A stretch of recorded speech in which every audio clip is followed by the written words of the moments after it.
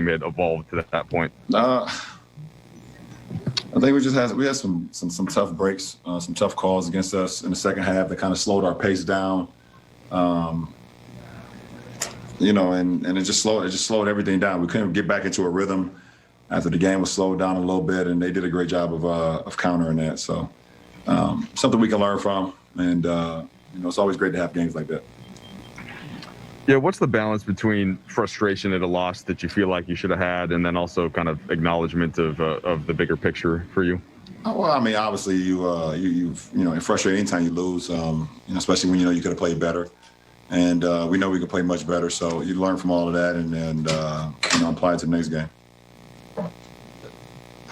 Bill? Hey, LeBron, you had a couple of travels in the fourth quarter, specifically that first one, I think, after you just want to talk us through those then?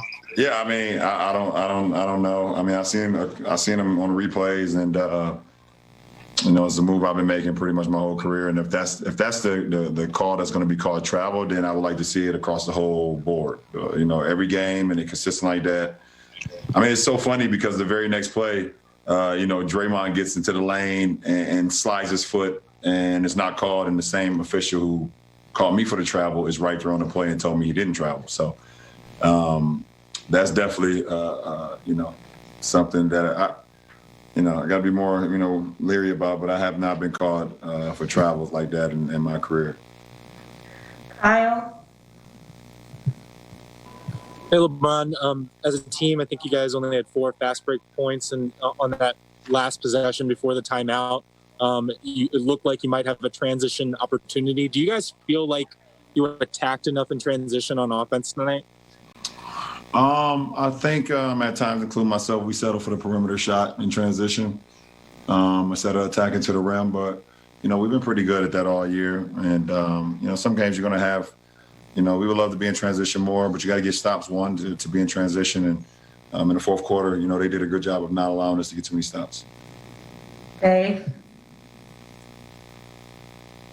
Kyle Kuzma said that it's a 72-game season, and maybe it's going to be hard to keep the urgency up.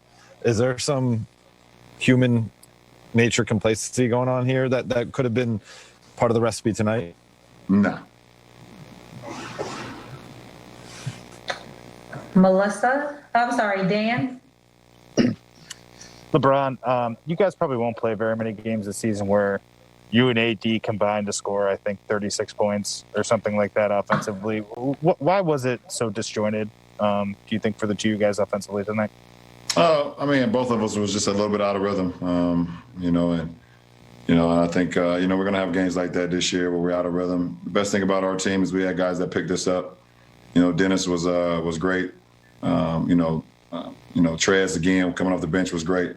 Kuz, got hot for us a little bit in that third, made some shots for us. So, in times where we both are just a little bit out of rhythm, we have the ability to have our teammates that picked us up and still give us a chance to win, which we had tonight.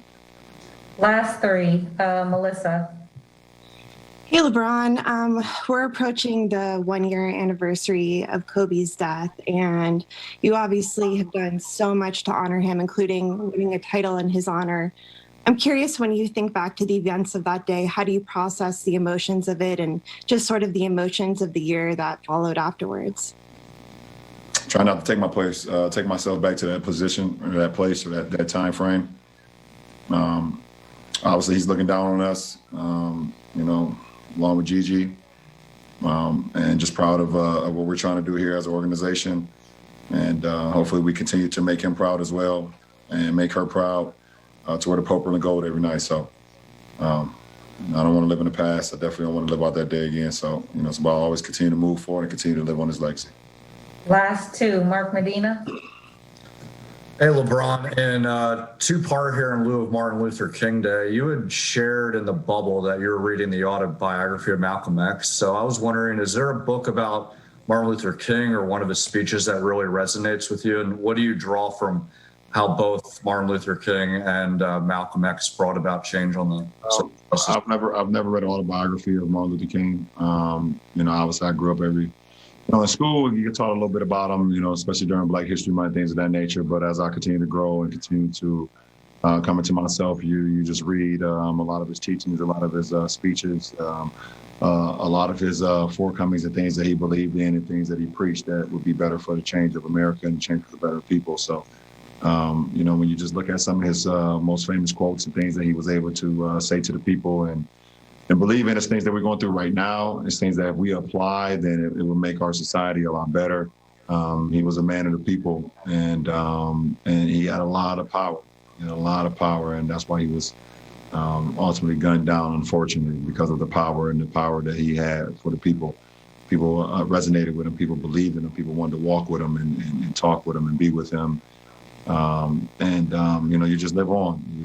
His legacy, along with Malcolm X, continues to live on about what they preached and what they believed in.